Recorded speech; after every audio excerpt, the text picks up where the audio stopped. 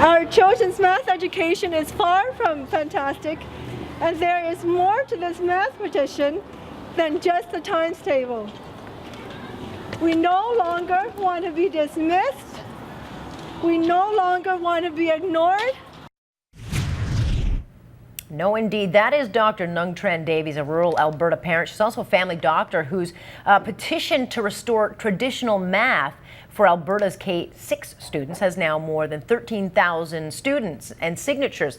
She's one of many parents now speaking out across country about the math curriculum. The numbers simply don't add up, but the scores for kids are going way down. Let's bring in John Robson, who joins us in Ottawa this morning to talk a little bit about this fight to have the math curriculum changed to the good old days, because it's just too hard.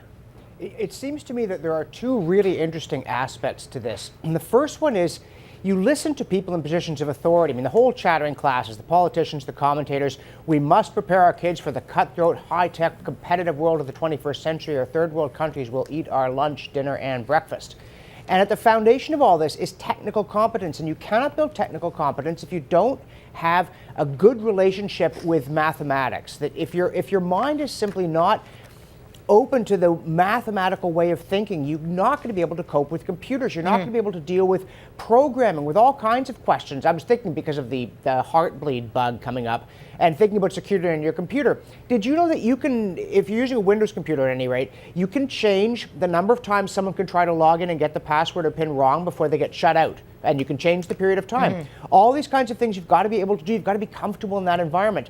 And yet, progressive math techniques clearly don't make kids comfortable with math. The whole point was to make them comfortable. Real life examples, word problems, everything was designed to make math less intimidating so people would like math more and feel less like it was an alien planet on which they couldn't survive even with a spacesuit. But there were opposites happening. The test scores are falling. The other thing, which is even more fundamental, and it's interesting, the spokesperson for this is a doctor who I would gather from her name is of Vietnamese immigrant stock. So this is somebody who either she or her parents knew Canadians who come here and as a land of opportunity, but then see that something is out of whack, and they're hard to dismiss as bigots or old-fashioned because of their meeting the politically correct checklist. But this is about parents taking back control of their children from the state. The most fundamental thing, the core concern, the state can hassle us over how we build a fence or give us a complicated tax code, and we'll grumble, but we'll go along. But when we see that the government has taken over education and is messing it up in ways that are going to give our kids a bleak future, that's where that is so close to home. This is where you start to mobilize to fight back. You see this in the United States. 1985, homeschooling was illegal in every state. Now it's legal in every state, and something like 3% of American kids are homeschooled because the system wouldn't reform, and then the idea of charter schools and vouchers to give parents more control within the public system was shot down by educators, by the judiciary, by the politicians. So parents took it back in the most primal way possible. And these kinds of marches on the legislature, it's funny, Alberta does allow homeschooling, but it restricts it rather tightly. Of all places, Ontario is about the freest when it comes to homeschooling, out of keeping with their governance. I sometimes wonder if they just never noticed they were doing it. But if you tell parents, you can't teach your kids, and we're going to do it badly, in ways that mean they will be lost in a world of technology, parents are going to kick back, even if they're willing to take a lot of other insults and not complain. I mean, look, in Ontario, they're spending $4 million to retrain teachers so that they can teach math better because they're struggling with it. I know my sister's 2 kids. She's doing 2 hours of math homework with them at night, and she doesn't have a clue what she's doing. It's gotten that difficult. Yeah, and partly, to me, education as a higher education discipline, faculties of education to me are like faculties of journalism. They should simply be abolished. They do no good. What you need in journalism, as you need in education, is people who are master of a subject and love it. There is very little that you can teach in a classroom about how to teach. A short practicum, tips from somebody who's been there and done it, that'll get you up to speed. I think education is like journalism. It's a craft. You learn it on the job by developing a natural talent, but you've got to come in there knowing a subject so that you can teach the students that subject. Education, the idea that you'd spend years learning to educate and come out unable to do it, it's hardly surprising, but it's totally beside the point. People should be going into the classroom with degrees in math, with degrees in history, with degrees in geology, with degrees in the stuff they're going to teach the kids, and they should love it, and they should be master of the basics, and they should want the kids to be master of the basics. When you see a kid who suddenly starts to understand how the multiplication table works. I'll give you one trite example, but you know, any multiple of 9, the digits add up to 9. And that's because every time you tick 1 up on the tens, you go to 1 down on the digits because Oh, you're John, in base you 10. lost me way back It's in cool. like, Math is actually cool. I But hate kids- math. I was terrible at math. So I'm looking at my child's future and I'm realizing he is absolutely doomed when it comes to math because I will fail that child through his schooling. But if it's gotten that much more difficult, I shudder to think what will happen. You know, math hasn't gotten any more difficult. Math doesn't change. Teaching has gotten worse because we know how to do it and we don't do it because it's all touchy-feely. But we're hurting the kids, which is the last thing we wanted to do. So go back to the stuff that makes the kids stronger and happier. Well, the Ontario, the provincial Liberals are refusing to go back to the basics of, addition, subtraction, multiplications, and all that jazz. And they're just strictly making the teachers go back and re-educate themselves. And I'm not sure why they're not listening. This is not just an Alberta problem. This is right across Canada where the grades for math are dipping in a lot. Yeah, and whatever happened to evidence-based decision-making? That's always trotted out when someone wants to insult a conservative. But the fact is, we have evidence on the whole new math experiment. It didn't work. Kids were far better at math 40 years ago, despite having everything you'd think would have improved in the sociological indicators. So it must be the teaching. Because the other factors, it's not like kids are hungrier than they were 40 years ago, or more marginalized, or whatever it was that used to be holding them back, even though they weren't being held back.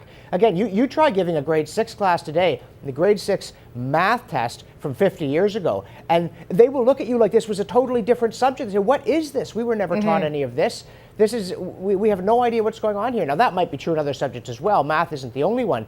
But my goodness, in a world where somebody's got to find the heartbleed bug before it finds us, we cannot afford as a society or as individuals to have students to whom math is a baffling nightmare. And that is what the kinder, gentler way of teaching it has turned it into. It's preposterous. This is not what they wanted to happen. We've done the experiment. The results are in. Go back to it and listen to the parents, because self-government means ordinary people can control their surroundings insofar as that is given to human beings. It doesn't mean every 4 years you get to choose between two identical sets of sociological babblers who are totally disconnected from what's really happening. Yet, if you ask your children, about recycling, they know all about that. They've got all that, the fundamentals of all these social, experiments going on out there. But when it comes to things like math and history and English, they're sliding.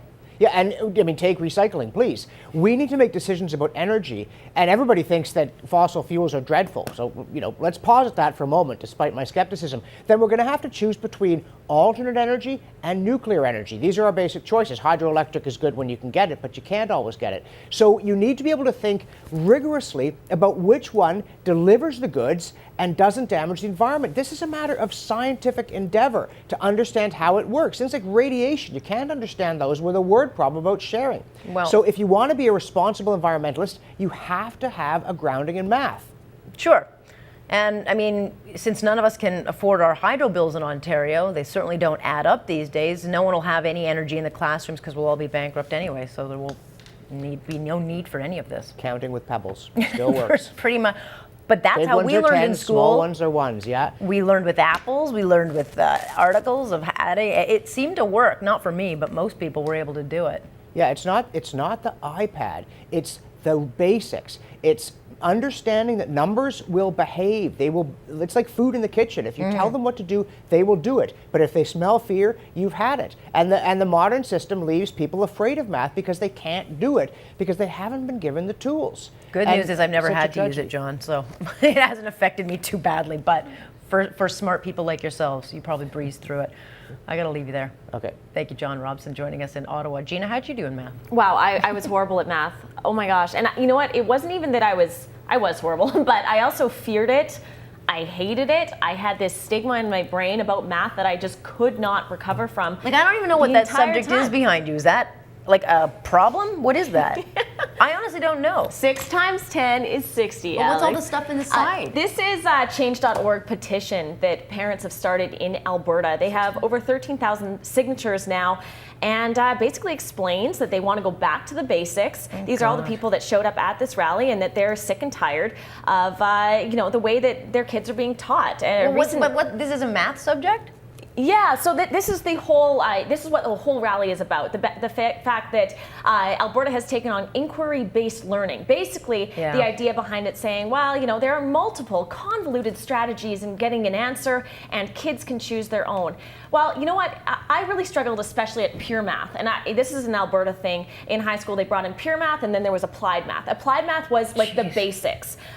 Pure math, very abstract, and I struggled and struggled and struggled. Finally, just gave in, did a level lower, which was applied math, and actually succeeded at the basics. So there you go. However, the stigma attached to applied math was kind of this like, oh, she's not smart enough to do pure math, which I found very offended by, because we all need to know the basics, and I was pretty good at that. So I don't even know what applied math is, so you're way beyond me. Well, it's just another word for basic math, which is pretty much what they're fighting for their kids to learn in elementary school. So we'll keep watching. I just want to know what the price of my bills are every month, and that's how I'll survive.